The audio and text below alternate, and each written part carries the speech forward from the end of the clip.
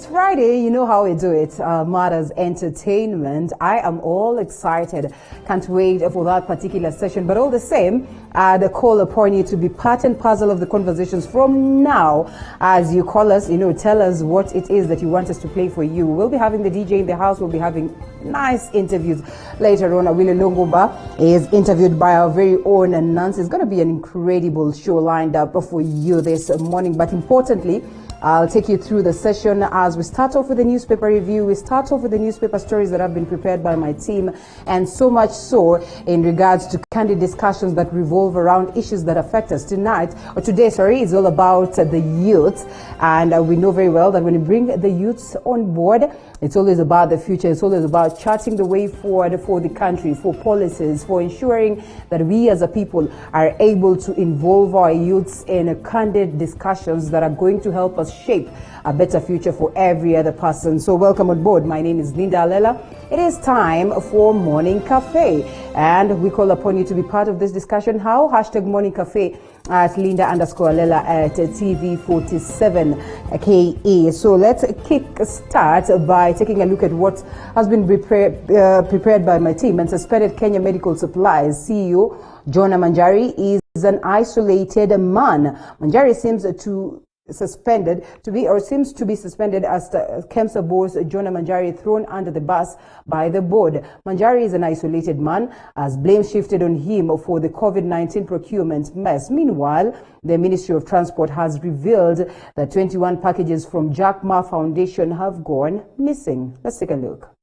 Suspended KEMSA CEO Dr. Jonah Manjari is now an isolated man. Pressure is now piling on the embattled CEO with blame shifting on him for the COVID-19 procurement mess. KEMSA board chairman Kembi Gitura and the procurement chief Charles Juma sinking his boat further. You can see now here KEMSA is coming to the reality of overcommitting, and now they have committed up to 5 billion.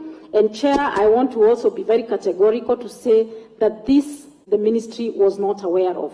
Gitura told the Health Committee that Manjari ignored the board's advice on budgetary expenditure and went ahead to write directly to the National Treasury seeking additional funds. The board did not approve the over-expenditure. Indeed, that issue did not come to the board until much later. KEMSA board chair Kembi Gitura further accused Manjari of not working with the board during serious decision-making process. Manjari was pushed between a rock and a hard place to explain the KEMSA scandal, where he insisted he followed the due process in procuring COVID-19 equipment. At this time, we have products and technologies that can last this country for a period of more than 6 months. It is my humble submission that all these procurements we did with our eyes open, with a passion in our hearts for the safety of the healthcare workers as they did their duty. The suspended procurement director, Charles Juma, was asked to explain why he signed all the advisory letters instead of the CEO Manjari. Juma stating he didn't sign. All the commitment letters which were issued to the suppliers were signed by the chief executive officer. None of them was signed by the director of procurement. And I remember in one meeting which the chair was there, and the CEO, myself, and the Director of Commercial Services, the chairman alluded to the fact that all commitment letters should only be signed by the Chief Executive Officer. Meanwhile, the Ministry of Transport has revealed that 21 COVID-19 equipment packages donated by Jack Ma in March this year went missing. This is according to Transport Chief Administrative Secretary Dr. Chris Obure, who appeared before the Parliamentary Health Committee to answer to queries on the billions of shillings meant for COVID-19. Obure says he has reported to the Ministry of Health to follow up from the source donor in China. There is nothing more we can do at this stage. As to the value of the 21 missing packages, I'm not in a position to say that because we didn't even know what that 21 packages contained, what was comprised in those 21 packages. And so I want to assure the honourable member, we prepared, that's our job, to provide this House with any information the House wants. The investigations into the matter continues. Joash Onsare, TV47. And the Council of Governors is threatening to close some county services if the stalemate on revenue sharing will not be resolved. Governors claim that the devolved units are already broke and will have no option than sending their staff for leave. Senate is, however, blaming Treasury for failing to disburse at least 50% to the counties. Elizabeth Mutuko with the details. The county bosses have threatened to shut county operations, accusing Senate of delaying the revenue share stalemate, the Council of Governors issuing a 2-week ultimatum.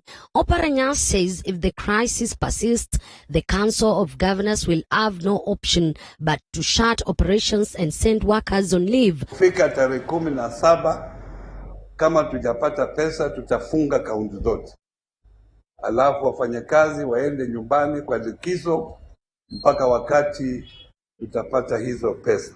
COG is threatening to table a motion to dissolve the upper house over the stalemate. The Council of Governors is disappointed by the Senate for failing to build a consensus on an acceptable revenue sharing formula, as a result, delaying the implementation of the County Allocation Revenue Act. Forewarned the Senate that a petition for its dissolution can be initiated by any member of the public through a High Court as provided for under Article 258. However, Senate is now piling the blame on Treasury and Controller of Budget for failing to release at least 50% to the devolved units. I also refer you also to a meeting that was held in Treasury discussing this issue. And the same position was found that indeed Treasury has sufficient legal authority to disburse 50% of the equitable share. Meanwhile, governors are pushing the Ethics and Anti-Corruption Commission to audit Senate County Public Accounts Committee over corruption allegations. The county bosses say they have been pushed to bribe the members of the Oversight Committee. Imefika wakasema sasa tuwe tunaenda huko, na tunajua kwa nini wanataka tuende huko fiscal. Yale mambo ambao wanasema leta transport, fanya hivi, lakini sisi tunasema tunajua wakati wengi wetu wamefika kile miaka ambao vulnerable kwa mambo ya COVID. Sentiments that haven't gone well with the committee members. Now I can see the Council of Governors chair is calling for, he said he will sponsor a petition to dissolve Senate so that we close the counties. Yet we are here fighting for him to get money. But when we call him here to come and account for it, he does not want. Shame him. And don't take it that when we summon you here, that we are extortionists. We are not extortionists. We're just simply carrying out our mandate. And I think I wanted to say that very clearly, so that nobody is not left in doubt that if we continue, we shall conscientiously continue discharging our mandate. Supremacy battle has ensued between senators and governors. Now COG Chairman Wycliffe Oparanya threatening to sponsor a motion to have Senate dissolved, while senators are now calling upon